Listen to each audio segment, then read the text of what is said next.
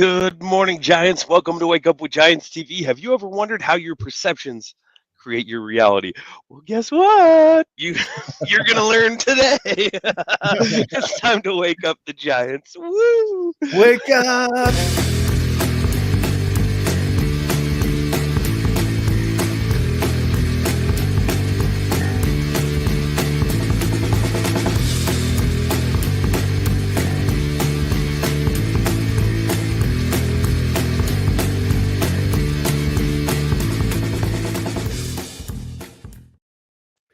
Good morning, Giants. Welcome to Wake Up with Giants TV. I'm Ryan Morris, co-creator of Wake Up with Giants TV, a tribe of giants and 12 journeys coaching, and wrote a book called A Journey of Riches, Living the Paradigm of Kindness.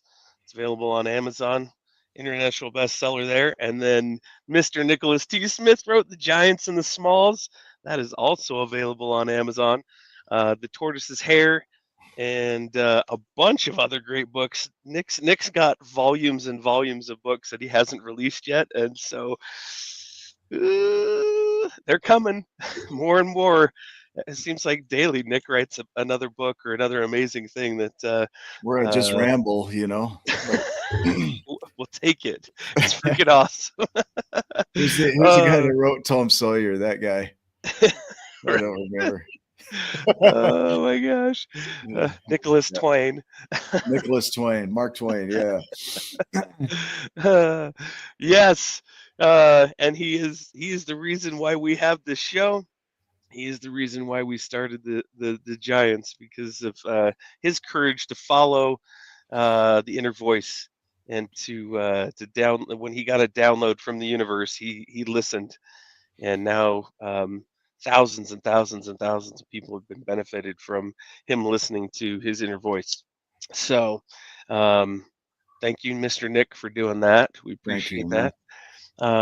We've got some things that we're doing at the current moment. We've got our Sum Gigante groups that are happening at the current moment. Nick, will you tell us about the SG groups that we have running, and then what we have coming up? Yeah, so we have our SG program, just so we're clear on what that is our 12 Journeys program. So it's a 6-week group training where we run through and teach you the framework of the 12 Journeys. We spend about 3 weeks on just the inner journeys. So your non-consciousness, your awareness, grief, navigating acceptance, gratitude, empowerment. Those are vital for laying the foundation for everything that we build in our lives. So a lot of time is spent there rewriting the narratives that we have. So many of us have stories, and you see that from our 300 plus interviews here, that we have stories, and every one of us has the chance to rewrite that. So we teach you how to rewrite that story. And then we go into the growth journeys where we show you how to love uncertainty. A lot of people hate uncertainty. We show you how to take the chaos and create with it, to envision your future, to speak it into reality, to surrender how it comes about, and to build yourself one small step at a time. We always say that giants still take small steps. They're just bigger. And then finally, we wrap it all together with the legacy journey, which is where we teach you to find your purpose, your impact, because you're going to impact the world in a way that I can't. And so that's where we help you to really land on your legacy and create that impact that only you can give. And so for 6 weeks, we really create this framework in you. We use AI applications to anchor it in even further.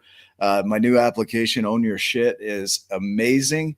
If you really want to wake up to who you're being and own every facet of your life, you're going to want this application. And so we include that as part of the program. We have the Giants and the Smalls book, the workbook. Really, it's meant to rewrite you from the inside out. And so we're starting our next group on December 8th. It'll start at 11 a.m. MDT, which will give people around the world a chance to participate. And so it's pretty reasonable. It's $555. So it's not crazy expensive, and you can even do payments if you need to do that. So we want to put 10 people through that program. So if that's you, reach out. We'll get you the links, get you set up, and we launch December 8th on SG16, which is our 16th group. That's awesome. Yeah, come be a part of it. Yeah. those that go through, their lives are changed forever. It's a pretty amazing thing. And then you have us as friends forever because Sorry. like, yeah, sorry, you're stuck with us. We claim you. It's like licking what's yours. We lick you, and then Yeah. you're stuck. Oh, that's awesome. Well, I'm so excited for today's guest. We shifted the title at the beginning. I was gonna say like you want to be like Mike, but then it was like Machiel. So I was like, you want to be like Machiel, like the old Jordan commercials back in the day. Yeah, I want to be a little bit more like Machiel. Will you introduce our guest today, I Mr. will. Nick? All Yeah, right, we have an awesome. incredible guest. His journey is truly inspiring, and he challenges the way you see the world. So, from questioning life's deepest mysteries as a young boy to climbing the corporate ladder as a CPA, entrepreneur, and CEO, Machiel Hoek seemed to have it all, but a pivotal moment changed everything. Faced with the choice between a life of wealth and comfort or the pursuit of life's true meaning, Machiel followed his heart, leaving everything behind to seek the answers he'd been searching for since childhood. Now, a best selling author of the transformative book, The Girl Who Changed the World, Machiel empowers others to find their own true path and fulfillment. But his mission hasn't been without challenges. He was even arrested in Los Angeles for spreading his message of hope by giving away copies of his book. So today we're going to explore Machiel's story of courage, resilience, and the relentless pursuit of purpose. Giants, please join me in welcoming an extraordinary guest to our show, Machiel Hoek. Good to have you here. Wow. Woohoo. Good morning to you. That's an Good intro morning. I haven't had before. I'm glowing. Yeah, Thank you. good. That is an acknowledgement of you. That's one way that we get to acknowledge you in this world. And you know, Machiel, there are I'm glad you say Machiel like Shaquille, because that helps me a ton. So He's a lot Machiel, faster than I am, but okay. yeah, Your accent though was way better yeah, than ours. Machiel. Thank you for that. And Wow. you're on the call from the Netherlands today. Yes, It's the 5 Amsterdam. p.m. where you're at. And you know, our goal with these videos is to really highlight you, and your message will come up inside of that, right? But we want to highlight you and your journey and how you arrived at your philosophies. We like to start at the very beginning. You know, in many cases, we all have some story of who we think we are. And, you know, life, we're born into a certain family, a certain culture. We adopt and assimilate that culture. We think that's who we are. We start to discover, I don't think this is me, right? Or maybe Correct. we don't. Maybe we stay with it. But for you, I'd imagine there was, you know, some history there. What was life like growing up? Who did you used to think you were? And what woke you up? Huh. Well, I think as many of us, you need to diverge from a path to get back to the core of who you really are, and the detour is your life or is part of your life. I didn't go through any real adversities when I was small, but I just didn't understand the world at all. I just when I went to a bigger city with my parents, they would walk past people on the street begging for money, and I just didn't understand that. They were my parents. I loved them. They were nice. So why didn't they give these people money? What they were in need of something. I was bullied at school for just being me. I didn't. And I just and I saw so many suffering on the news. I just thought, what is this world about? And I know that at age 7, I thought I want to discover the secret of life. What is this about? And I was trained to think, so I just thought I needed to think more and read a lot of books. So I until I think 35 years later, I read some over 2,000 books on religion, spirituality, secrets of the world, outer space, reincarnation, everything that could give me a hint of what this world was about. But in that process of thinking, what our Western world is focusing upon, I went to school, of course, university, started a job. As you mentioned, CPA. It's all about the mind. It's all about thinking, about logical rationalization, and getting everything to one part of the brain without the heart, or not much with the heart. So I went through that. What I think a lot of people go through in our society, and especially Western society, it's about being rational, thinking more, being smart, being intelligent, and getting somewhere on a corporate ladder in it, and having a career and you think you become a giant because you earn more, you become getting higher on the ladder, you're getting a higher position. Until, in this case, like I think you, Nick, I heard this inner voice. And for me, it was at a point I became an entrepreneur, and at some point I was able to sell my company. And the deal was stay on for 3 years, and then you get your pile of money, because in the 3 years you need to build the company further. If you leave within the 3 years, you get no money. And after 1 year, I remember I was sitting on the grass in France, first holiday in years, and I was just having a glass of white French wine, taking a sigh, saying, okay, 2 more years, and then I can do what I really want. This was about the secret of life. Now I can really look for it and go on a quest to finally and once and for all discover it for myself. And then just at that moment, my heart kicked in. I really heard this inner voice literally saying, no, sonny boy, you got to do it now. You're going to do it now or never. Is that the exact verbiage? They're like, no, sonny boy. No. That's how I hear it. Your inner voice is British. Yeah, I love it, man. I don't know what it was, but it's like that, yes, indeed. So it's like, Yeah. oh shit! If I do that now, I gotta get out of everything and say goodbye to this pile of money, to financial independence, what I worked so hard for. But this heart and this voice was so strong that I just couldn't say no to it, so I had to comply and just get out of everything.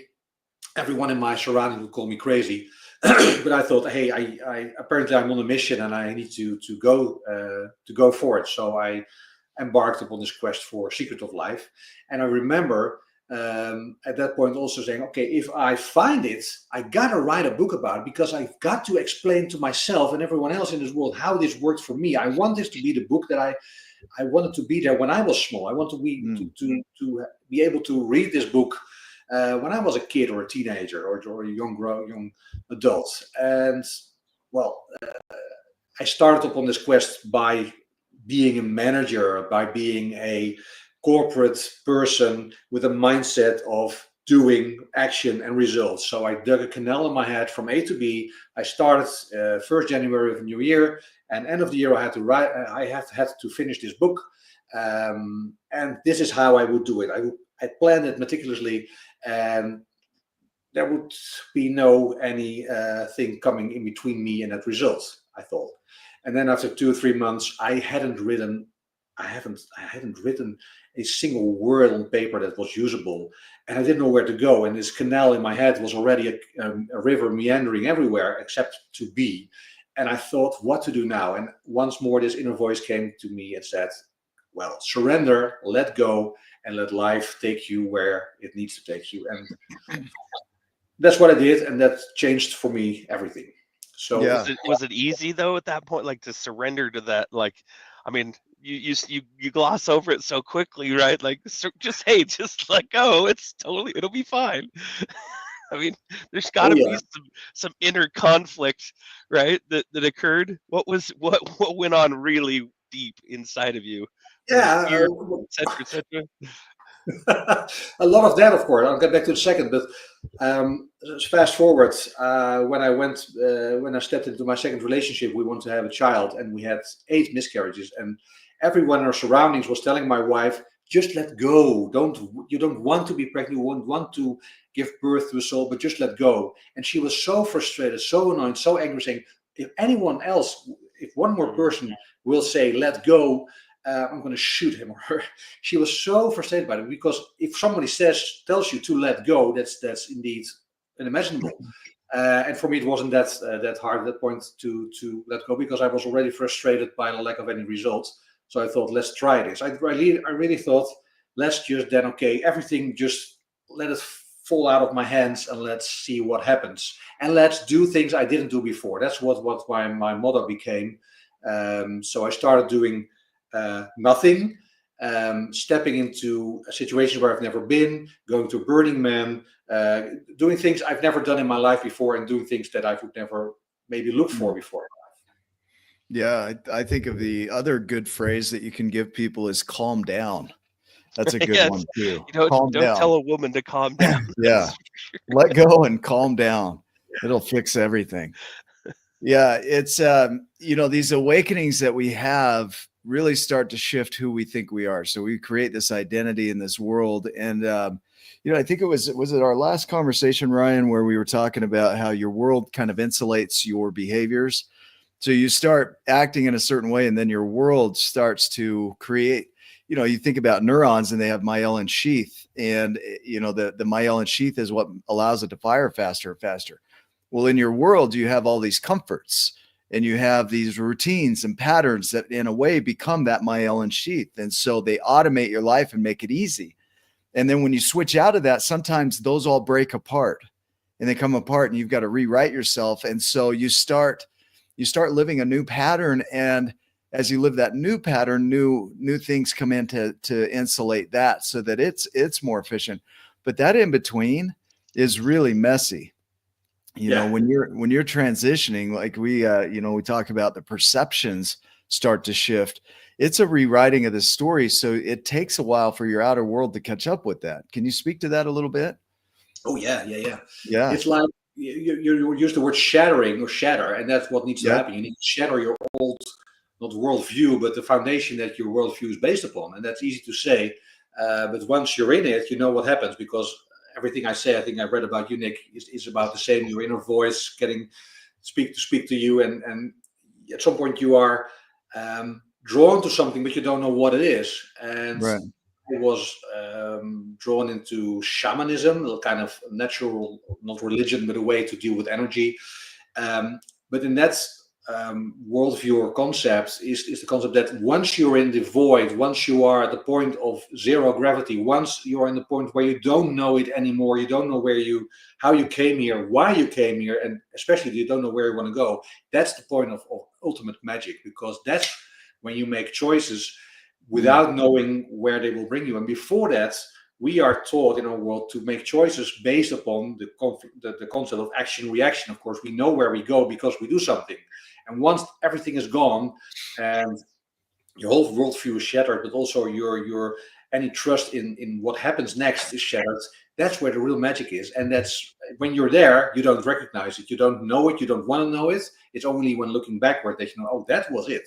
And if you deal or advise someone who's in that point, in that void, you can say the same thing, but they won't recognize it, and they don't have to, because that's the magic point. That's where you do things without thinking about the consequences, without thinking about the results. You make the choices based upon whatever you want to call it: your heart, your soul, your spirit, your whatever it is. That is your true you. Yeah, there's part in this book, The Art of Accomplishment. So this was my first published book, and there's a part in there that I talk about the 0 point. And then in between every choice or decision, there's a 0 point. You come to this point where there's nothing. And you think about how our brains work. And when a neuron fires, it fires all or nothing, but it only fires to the length of that neuron. And then it has to jump to another neuron, which also has to fire, right? It's all or nothing. And at any point, there's a gap, right? You could interrupt it and say, I'm not going to go down that path anymore.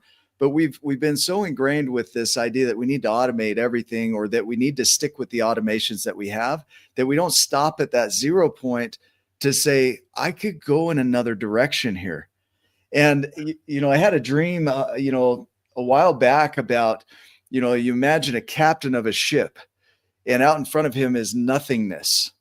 And he has a keyboard, right? And every time he hits the key, it smashes into that nothingness, and it creates a pathway.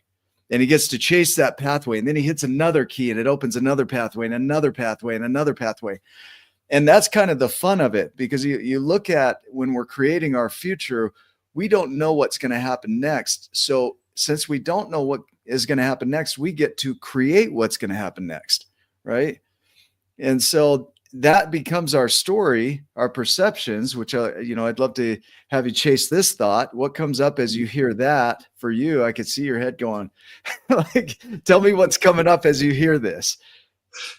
When I went on this quest for searching for the secret of life and writing about it at the same time, of course, I first was the book that needed to be written. But what I already had, what was in my heart, and I think part of my life, was that I didn't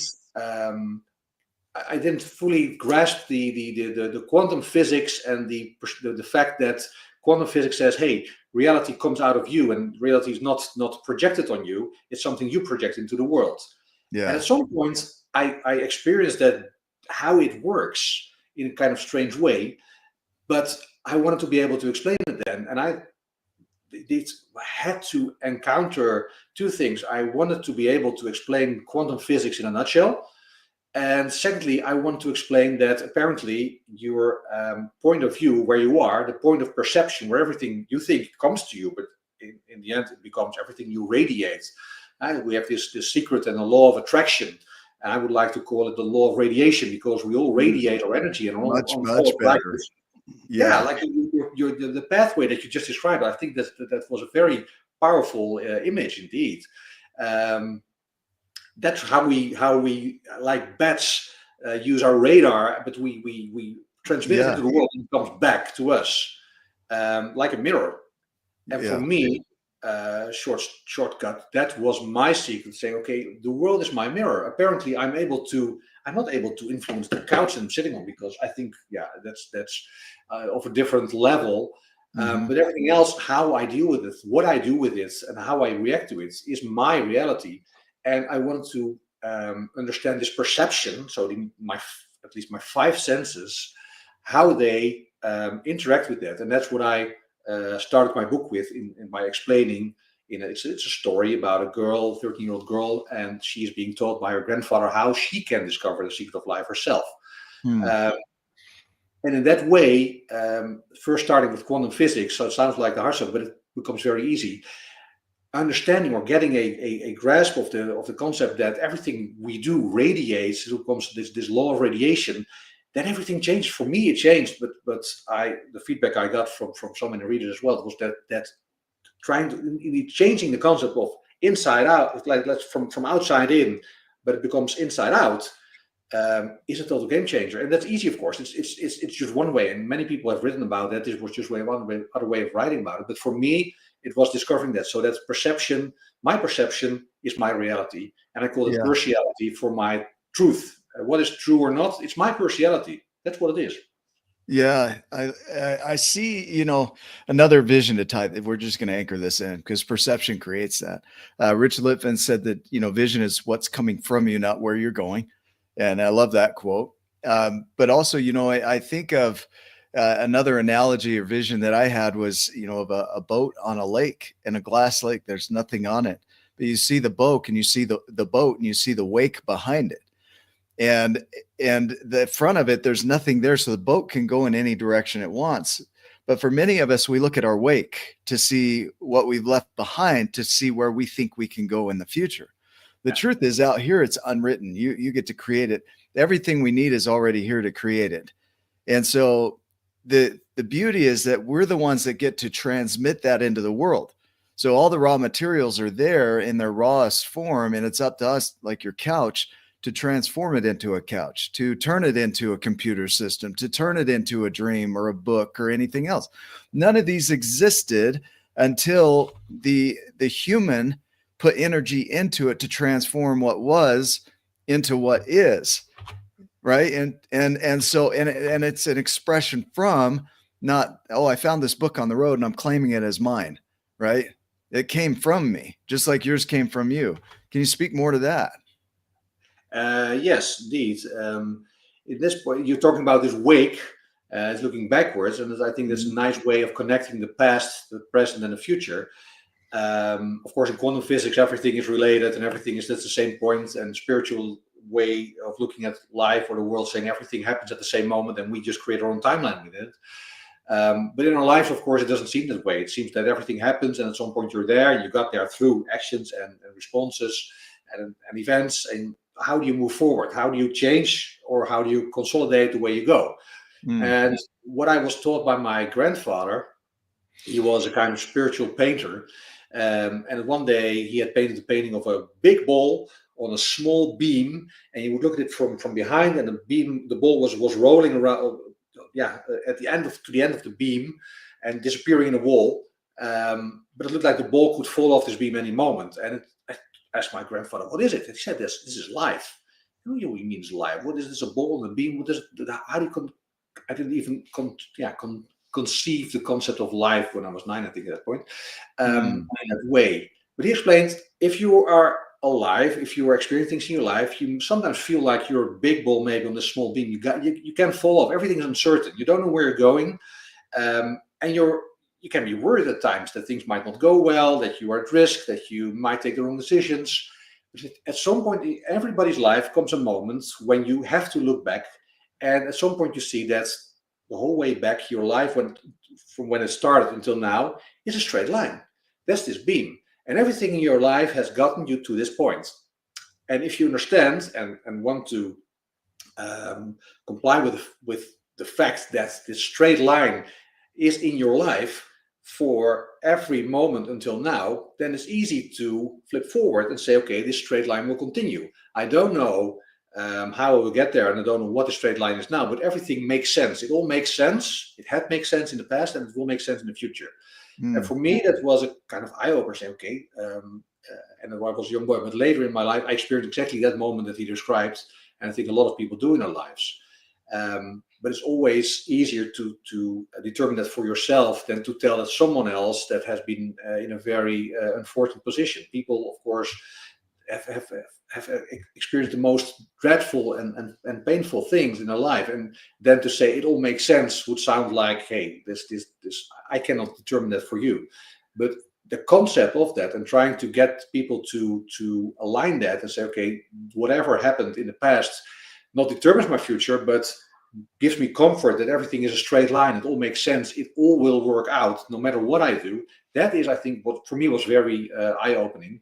And I like the concept of the wake of the boat, because that's the past, and the past will influence you, of course, and your surroundings still does. It still does impact your surroundings, but going forward, you're at the steering wheel. And when you look back at it 10 years later, it's still a straight line. And it's unwritten, right? It's unwritten, which means, okay, so let's play with this idea of perception and how that affects what you create and project into the world. So the perception is your brain's collection, essentially, of the most important things you've learned, or the lessons or memories that you've held on to, that you're allowing to influence your outer world. And so you have this perception that could be your values, your characteristics, right? Your belief systems, they all affect your perception. So if you believe the world works that way, that's what you're going to see in the world. So you don't see the world the way it is, you see the world the way you are. I think it was Bob Proctor that said that. Yeah. And it's true. You don't see the world the way the world is. You see it based on how you're perceiving the world. So then we have this thing that I want to play with. In our training, we talk about prediction. And prediction means before words. So before you even speak it to the world, you have this filter between this and the outer world. When you speak it, it's out in the outer world now. And you have this thing called a predictor, that before words, you have a chance to play it out and predict it before you speak it. And too many of us, we skip that and we just speak it into the world because we think our perception has a free reign, and we put it right into the world and we create that as a reality. And we say, look, see, I told you I was right. And we don't even have to predict it anymore. We just know that's how the world works, and that's what we create. But when we could slow down and predict it, then we could start to be very controlled about what we speak to the world, which is the first step in creation of taking the ethereal and making it material. Because the moment you speak it, that's the first step in creation. And too many of us are speaking garbage into our lives, what does that bring up for you? Well, I like the word predict. You predict, like predictate. You dictate, or you speak about it, indeed. And what I learned from The Power of the Heart, documentary of 2015 by Baptiste Pape, is that your heart even knows before your brains or your senses perceive it. There was a small study done. There's a small moment in the documentary about a study done about people being shown certain images on the screen where they would react strongly to, like spiders, fear, any strong sentiments. And they measured that even before the next image would come on the screen, the heart already would react to it, because the heart apparently already knows what's coming. So the heart in that way is your strongest organ in getting this perception then up to the brains, and then you do something with it.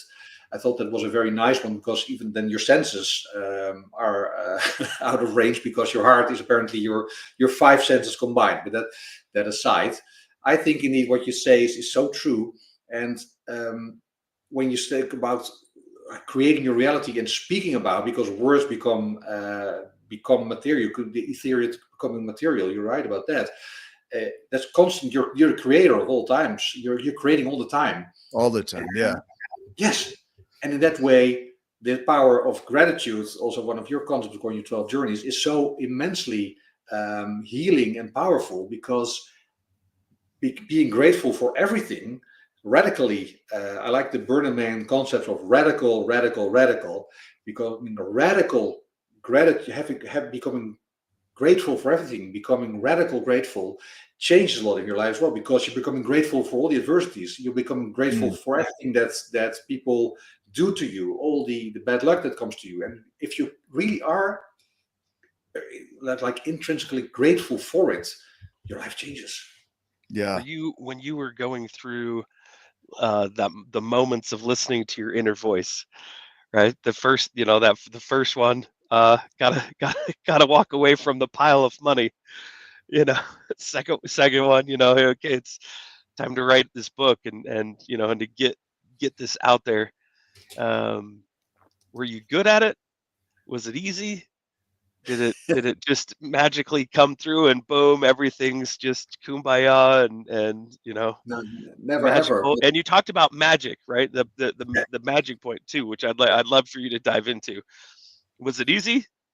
No, it only was easy when I was able to get out of my head, out of my mind, out of my ratio, out of my old patterns, like you say, like shatter the patterns that you taught yourself, or the world taught you, or you think you have become. And if you skip them, if you really can get out of them, then that was for me when the magic happened.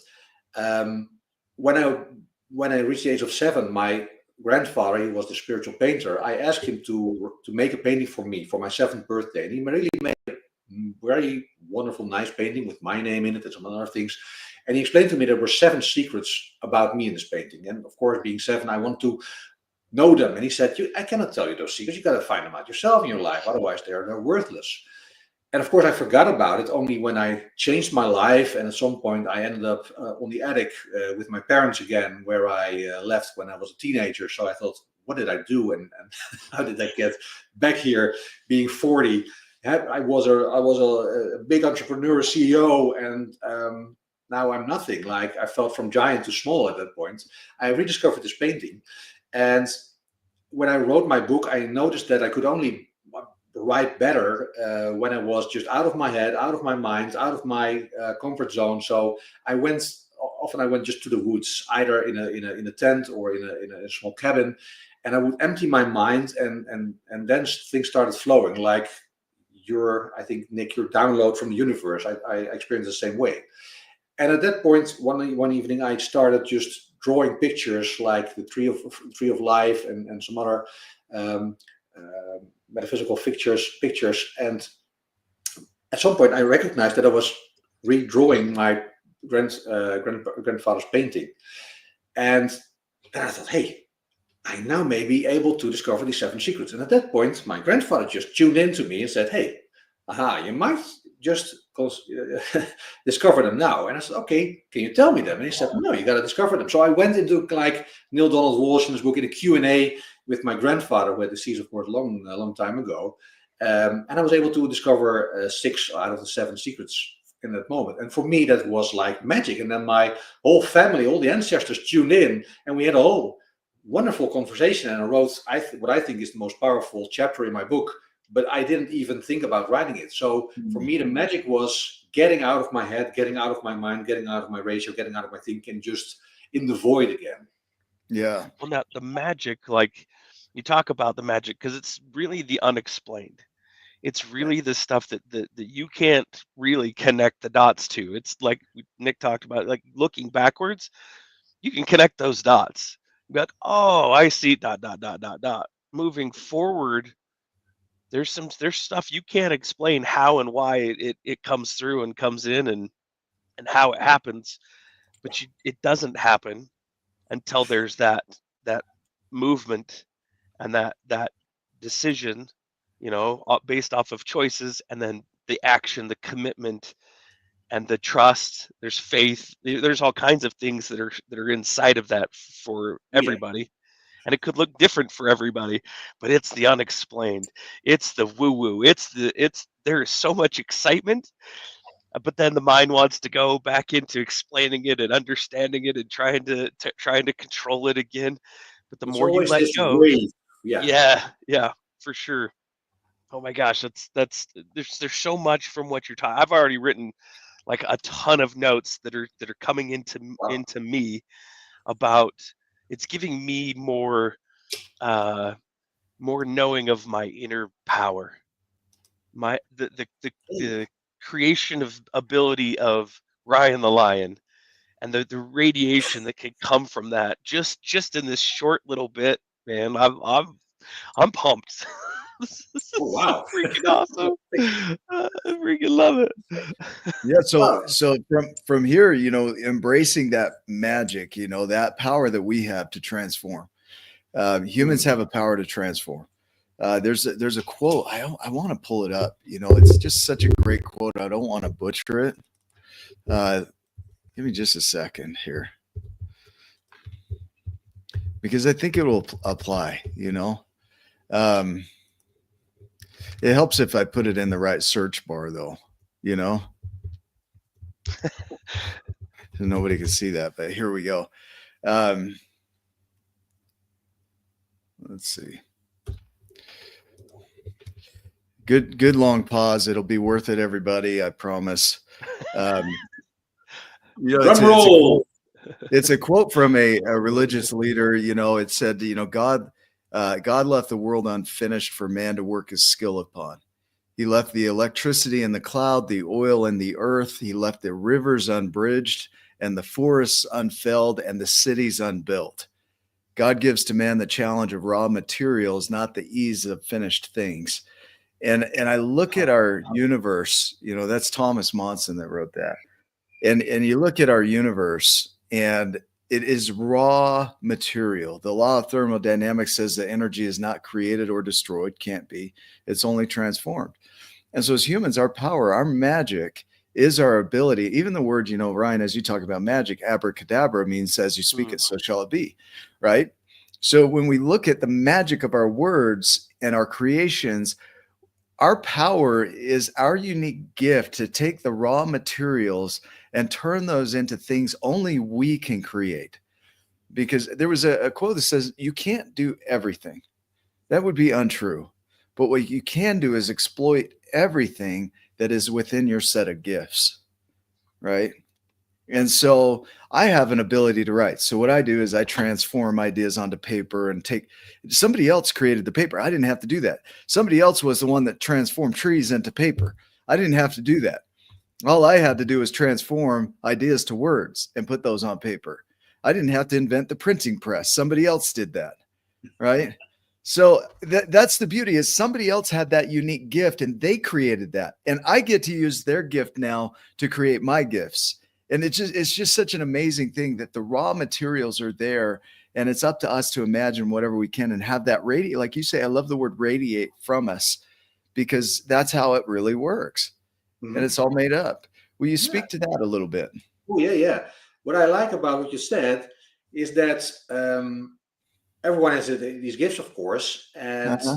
at some point, I don't know, it was with a friend in a certain state. There was a discussion. He said, well, yeah, of course, if everyone were like you, and he didn't specifically mean me in that way, but said, if everyone were like you, the world would be a better place. And I thought, well, of course, yeah, we wouldn't have war, everyone would be kind, and blah, blah, blah. And I thought, oh, might not be this case, because I didn't dare to invent the flying machine, of course. I didn't. A whole lot of things came into my mind. I thought at some point I came into a trance. We were doing quite a meditation that way. And I thought, well, I could maybe have been anyone in this world, depending, of course, where I was born. I could have been anyone. I could have been a killer. I could have been Trump. I could have been Harris. I could be Hitler. I could have been anyone. And when I started thinking about that, I think, okay, if I were born like a certain person, I would probably end up like what that person has done or had done in his or her life, what we call good or bad, because the Yeah. circumstances just dictated to get there, and your personality, your DNA, everything just works out a plot, and you just get there.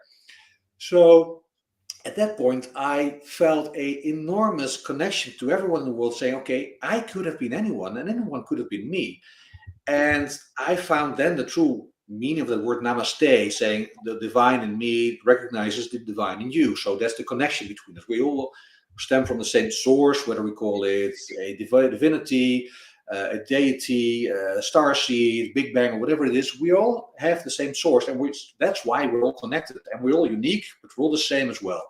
And that for me was, I could feel it in every cell in my body. Say, okay, I might have been everyone in my life. I could have been anyone in my life. This is what came out now. Next time it will be something different.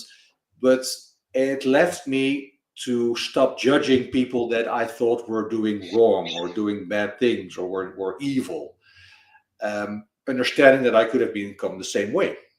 And for me, that was so opening and healing, because a lot of maybe frustration, sometimes anger would go out, and then at some point it would come back in, saying, okay, sometimes you need anger to defend yourself and to set a boundary, and it's passion. But for me, it was an explanation saying, okay, everyone in this world has a meaning. It all makes sense, literally. Again, that came to me at that point. And for me now, anytime I say namaste, I really feel the meaning of that. Yeah, I think I like to say, nah, I'm gonna stay right here. Namaste. Nah, I'm gonna stay right here. Yeah, That's a good dad joke, Nick. I like that. it's a dad joke. It's the idea that everybody has their own gift. It's unique to them. That's part of the giant journey too. Is when we talk about being the giant, it's not becoming some standard that culture or society put on you that you should live up to. I mean, you went down that road. You found it to be not what you expected, right? You went down the road of filling society's needs and finding that's not me. That's not where I belong. But when you really tune into who you are and your unique gift set, which is different for every person and at different levels, we named our company Mandelbrot for a reason, because of his finding on the math set. Fractals. Fractals are in scale as big or as small. For knowing that too. Yeah. So it's in scale. There's nothing bigger or smaller than anything else. In scale, everything is giant. And so people think, oh, who am I to do great things? Or I'll never be you. And I could never be that. But you're not even working on being you the way you could be you. Why don't we stop and slow down there and be you the way that you could be you fully? Right? Yes. So why are you comparing to somebody else when you haven't even, started on yourself? Let's figure out what your gift set is. Let's get you living into that.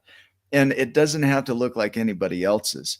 See, the giant, in scale there were giants among giants, and there were smalls among smalls. It's that the scale, the fractal nature of this book, the giants and the smalls, is the idea that we all have both of those within us. And what might be our giant thing today will be our small thing tomorrow. Yeah, right. We go around life thinking we're not that. Like, we're not God, goddess, giant, freaking walking, living, breathing miracle. And we walk around this world thinking that it's out there, like you said, it's somebody else's, and they're better than me, or they're different. If only I had that, then I could do this. Wrong answer. Right? Yeah, you got the red buzzer, dude. Red buzzer. Said about the fractal of Mandelbrot is, and of course that's also quantum physical way of looking at things. In the smallest atom, and if you could divide the atom into the smallest and smaller elements, what we currently can, and maybe we can go much smaller, of course, you'll find a whole universe of interrelations and of elements there. So like the smallest becomes the biggest, and in these fractals, it's like the smallest becoming the biggest. Here's a who. It is. It is. Yeah. It's a wonder way of looking at it. If you look at there's this concept of the number of grains of sand on Earth. Some people have been able to calculate the probable number of grains of sand on Earth, Yeah. saying that there are at least there are 100 times more stars in our known universe than there are grains of sand on Earth. Mm. But if you take a drop of water, there are more molecules in there than there are stars in the universe. So it's everything big and small becomes Okay. Here's interchangeable. another one. Yeah, You it's know, so 500 neurons, right? The synaptic connections that come off of 500 neurons is more synaptic connections than there are atoms in the observable universe. Off of 500. Jeez. And we have 86 billion of those in our People's head, brains just went. right? so now we figure Unbelievable. out. Yeah. So continue your thought there. Continue, because that's I love where this is going. I like what you're saying there. Indeed, it's like um, I thought a long time growing up means the life loses its magic because the more you know, the less magic there is because everything becomes explainable, and Mm, that is the path of our, let's say, scientific way of working in Western society and perhaps the whole world, trying to know more, trying to get more knowledge. Of course, at some point, you know less than more. But for a long time, I thought, okay, knowing more means experiencing less magic. And I know a lot of people, not a lot, but in their 70s or 80s, saying, okay, we've seen anything, we've been everywhere, we've seen the world. Like, how can you see the world? But what they mean is they've been from a corporate life and they've seen cities and cities. They've went to all the big cities, blah blah. No, but you haven't seen poverty in Africa. You haven't been to Antarctica. You haven't sailed on a boat across. There's so many things that you haven't seen, and especially the circumstances where people in this world have to live with. The majority of people in this world need to live with in a total different way than you were mm, used to in your entire life.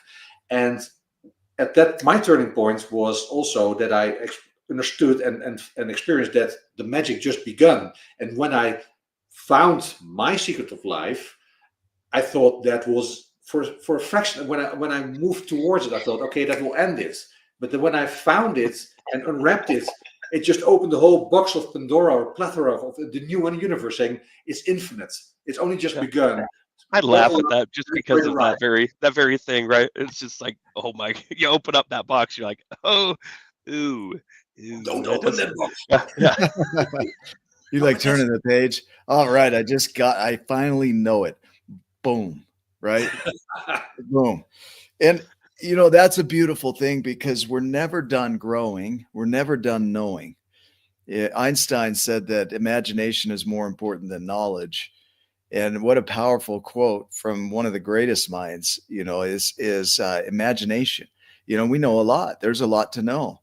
But you look at all the knowing in the world, it just becomes chaos. And Richard Paul Evans, he says chaos is the mind of creation. And so the more we know, the more chaos we have to draw from, and the more mining we get to do to create with. And so it never ends, right? So it's really, I think was it the patent office back in the 1900s says, we should probably shut this down. Everything that could ever be invented has been invented, right? And we look back now and we're like, if you would have closed that door, imagine what would not be here today because of that one decision. Townsend Wardlaw, one of my mentors, said that every belief becomes limiting by the nature of believing it. And when we box in the universe that way, we start to see this is all there is in the universe. And the universe says, as you wish, as you wish. as you And wish. yep, you get confirmation of that. Yep, you're right. But somebody else is also out there going, oh, I'm not even close to being finished. And the universe says, yep, as you wish. There's no limit to it. That perception is everything because let's talk about perception for a minute, and what it is, because we throw that word around. Oh, how you perceive things is how you're going to engage with the world. But what is perception? My thought is that it's your value systems, your identity, your belief systems, all kind of Culture, clustered. religion, Yeah, family, all of that stuff, right? yeah. It's What do you body, your see on that? DNA, your cells, your what we call either receptors or the radiators. Mm-hmm. Uh, everything there, your ancestors, your whole line there, and of Mm. course, if you want to turn it into spirituality, either maybe earlier lives before, your soul, whatever you want to call it, all combined in a big mixer, in a big blender, and then getting up to a new combination that you just have to live with, and that you can moderate, you can influence it, you can change it. What I For me, a very personal, important experience in that field was through a shamanic approach in a kind of meditation, where I was able at some point to understand, or at least experience, non-duality. Because what we in our world, we have duality. It's always the extremes from one, and there are so many scales and many directions. So adding them together becomes our 3D reality, or 4D. Um, but in a kind of shamanic meditation ceremony, I was able to get into a state where I wasn't my body anymore. And a lot of people get there, of course, through different means. You can also use some substances. You can psychedelics, I think, do the same at some point. Get to a state where you're not your body anymore, where you're not your physical reality, and trying to experience non-duality. Words become meaningless, because everything you try to explain in words is within the boundary of our language system, and within in the boundary of our duality. All the polarizations that occur on the scales, and they are important. But I always think it's so funny that a lot of people try to talk about the concept, and I do it now myself, about the concept of non-duality in a language that is defined by duality. So, like Einstein said, you cannot solve a problem or a situation on a level where it was created. You have to get to a higher level. Um, Sometimes it's without words. It's about experiencing. It's about getting into a situation that you haven't seen before. And I think, personally, that's what happens when we die, either when we think it's finite, or when we get a new life, and we get to a different realm or different twilight zone. There's when the real magic starts, because we cannot even, I think, conceive or think about how that would look like and how that would feel like, because we are limited by our senses, by this perception. We are limited by this body, and it's a wonderful vessel, a wonderful mechanism, but it's only this on that infinite scale. So there's so much more. Which I met one woman. She read my book, and she was in a position where her psychiatrist said, "I'm going to stop the treatment unless you are reading this book." Strange story, but at some point she read a book, and she reconciled with her son she hadn't seen for 20 years. But she also got to this concept of experiencing, and said, I am actually now looking forward to die, because there will be so much magic. I can't wait to die. And that was, I think, a wonderful phrase. Hmm. As I hear you talk about all these things that feed into our perception, ancestry, genetics, the learnings that we have through culture, society, family, our own experiences, all these things are like a giant train, right? There's so much momentum behind them. And we think, how am I going to change this? Because this has been passed down from generation to generation. This is something that I've done for years. I'm very ingrained in who I am.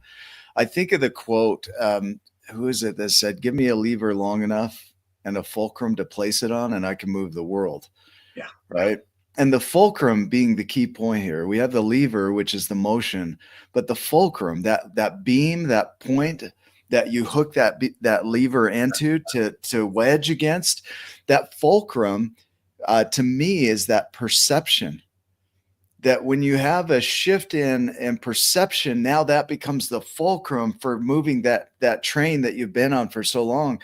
And it is up to us to use that to move ourselves in a new direction, And we're the only ones that stand in that way. We're the fulcrum. We can move that fulcrum point ourselves. It's us. It's us. Always us. Always us. Huh. And so to rewrite the story is, do I want to continue on the track I've been on for years? Or do I want to move this in a new direction and start guiding it down a new track, a new pathway, put the lever in, and really anchor this in a new direction? And that is up to us. We are that pivotal point in our history, our long line of history, that's going to decide where we go from here. Like you Yeah, say, it looks like a straight line looking backward, right? But we're actually moving it in a new, more powerful direction. That's up to us. You yeah, agree with that? I agree with that. And what I used to describe also is the concept of I am the cause of it all. Mm, Not meaning I'm the guilty one, not meaning did something bad, but by acknowledging that I'm causing it all. Because if I weren't here, I wouldn't have this experience. I wouldn't radiate my truth or my perception, my partiality into the world. I wouldn't experience what I'm experiencing. So I'm causing all my experiences just by being. And that realization gave me both the realization that I had so much responsibility, but also endless opportunities, mm. because everything becomes possible then. And that's what you say, you're shifting that fulcrum, because you can place it anywhere. You can't. And if you continue to place it everywhere else, you will never grow. It really has to come back to, you got to look at you and what you're doing, because you're the cause, like you say, of everything. At the end of the movie, my mom said one time, you can blame people or you can credit people. And you look at the end of the movie, the credits, all the people that give credit for that movie, right? They give them credit. It's different from blaming. I want to blame all these people for this movie. Could you imagine if that was the end of it? I'm going to blame all these people for this movie. It's It would like have a a different energy, Blames right? and the credits. All the blames, right? Yeah. But that's what we do, is we blame all the people for the movie, but we can also credit all of the experiences and the people for our life, because they help to influence and give us mirrors and experience things that help us to become our most powerful selves, if we'll allow it, if we'll credit them, right? Versus yeah, blame them. I like that. I like that a lot. Yeah. Yeah, this So is the true writer speaking. Yeah. yeah. So, as we look here, I can't believe we're already at an hour here. That just goes way That went too fast. fast. Yeah. Yeah. It's beautiful to hear, from around the world. You're in the Netherlands. We have people in the UK, Australia, Canada, the US. We've spoken to people all over the world. And there are people like you and us who see the world this way, as a possibility, and are not only seeing it as a possibility, but are working to create it as a reality. And we are in our small degrees, and we can't see the ripple. I think of your grandpa painting his pictures and how that rippled out to you, to your book, right? Mhm. And now what you're doing with your book is rippling out to others, and you'll never see the end of that ripple. You have no idea the impact that's going to have. And we get to sit here with you, and now our ripples come together and that wave goes out in a new way, and we'll never know the impact of that wave. And I think so many of us get hung up on, I want to see all the ripples. I want to see all the impact so that I can measure myself and find myself worthy. It's tempting, isn't it, sometimes? Yeah. Yeah. Because our society rates the giants by success, by impact, by financial wealth, by Right. political power. Uh, Accomplishments and yeah. exactly. That's what Yep. we try. That's what we're taught. So if we stop doing that, for me, it felt being very small again, getting back to the attic of my parents and starting all over again, until I realized, okay, I came from somewhere where I was just getting smaller and smaller all the time. I was getting bigger in position, bigger in income, bigger in money, but I lost myself. And Hmm. that was a very not humiliating, but Might have felt that way, right? In the moment. maybe yes, at some point, but then humbling, Hmm. Yeah. Hmm. If you look at, just there's a person across the screen here, whether they watch it today or down the road, it doesn't matter. There's a person watching this. And as you think about your message and your philosophies and what you would want that person to know, kind of like your grandpa to you, what would you want to say to the person across the screen that you think they really need to know? I think you want to say a lot, but I bring it down to it's never too late. It's never ever too late to do something that you want to do, that you think you need to do. And it only takes one person to change the entire world. And there's no reason why it can't be you. Mm, yeah. Tell us about your book and where to get it. This book is on Amazon, so you can have it there, order it there. And for me, my book is my vessel to get this message into the world.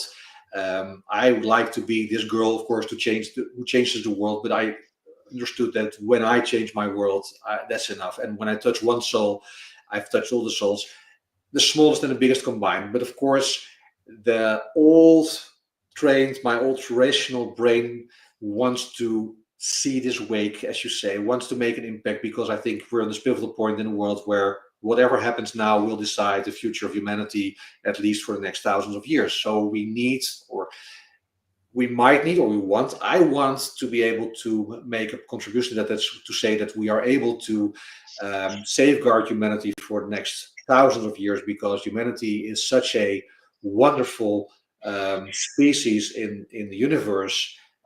We are on a planet where we have the utmost black and the utmost white. We have the utmost adversity, the utmost prosperity. We can experience anything. And that's a playground, if you want to call it, that is so unique that it would be a waste if we won't use it for those purposes. So, and in these times of a lot of war, a lot of pain, a lot of anger, a lot of frustration, it's coming back to the question: who are you, and who are you relating to yourself and relating to the world? And again, you only need yourself to change the world. That's what it is. Beautiful, beautiful. Ryan, how about you? Final thoughts here?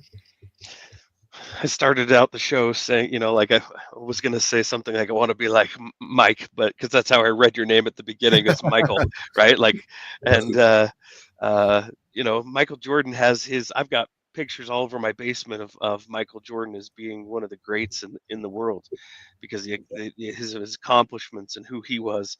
And he's still going. He's still doing things, in the world. He's a billionaire, so he's doing things that he wants to do and create and making an impact. I'm changing that a little bit. I want you to be you, and I want me to be me, and you on the other side of the screen to be you. And as you come more into yourself and start to recognize who you really are, and that's probably like we discover that even more and more as we go down the path. So I recognize that in saying that. But when you have your wake up moment, and as you're waking up to your giant potential and what you can really do and accomplish, Wow. I want you to be you. I want you to go out into the world and to create, to play with the magic, and even if it only changes your world, that's perfect. That's absolutely perfect. It's not going to. It's going to affect. I already know how that story ends. It's going to radiate from you, and you're going to impact a ton of people. Uh, Somebody like Hugh, who we never met before stepping forward in our journey, and now we have a brother named Hugh Jacobson that lives down in Yuma, Arizona, in the hottest part of the world. It's hot. Wow. It's hot because we're in Utah. I think it's the Indian word for butthole. Yeah, it is so hot. It's like, yeah. What should we call this place? Yuma. But I want to tell you that I am so grateful that you.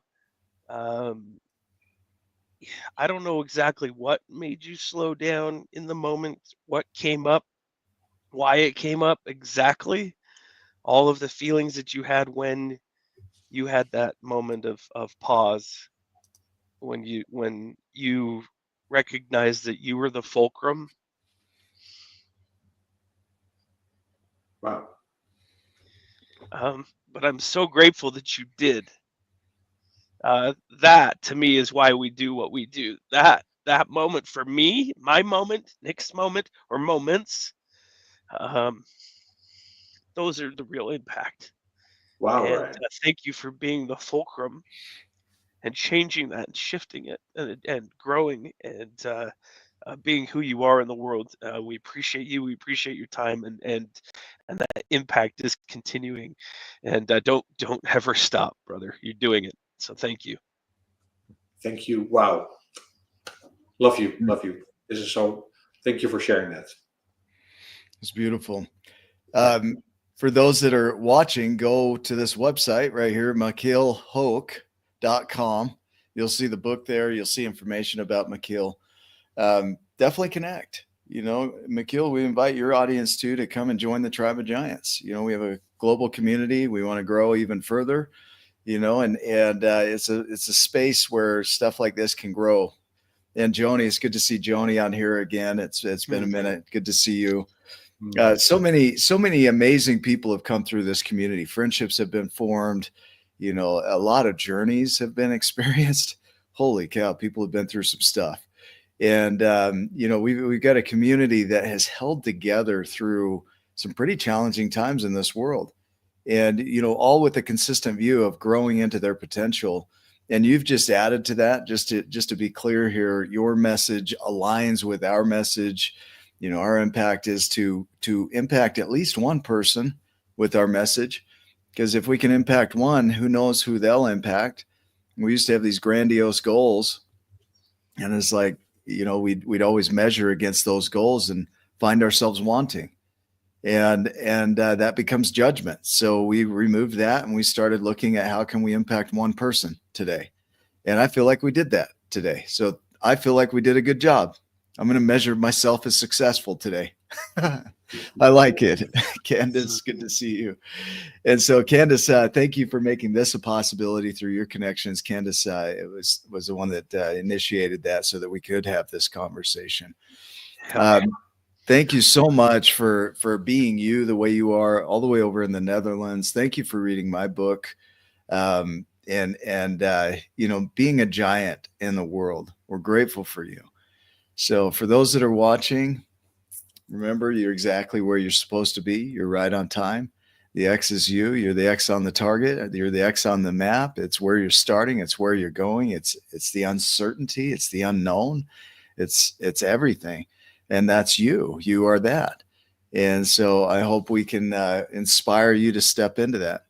Is there anything else before we wrap up? I get the nudge that, maybe there's one more little message here.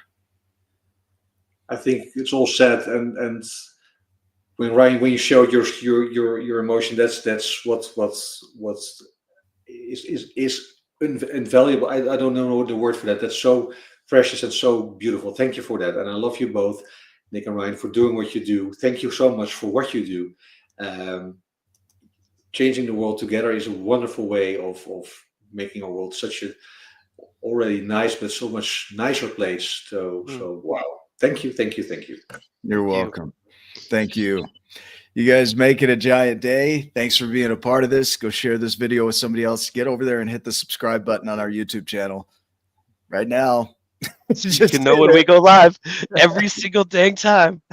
All right, guys. We love you. We will see you in the next episode. Love you too. Thank you.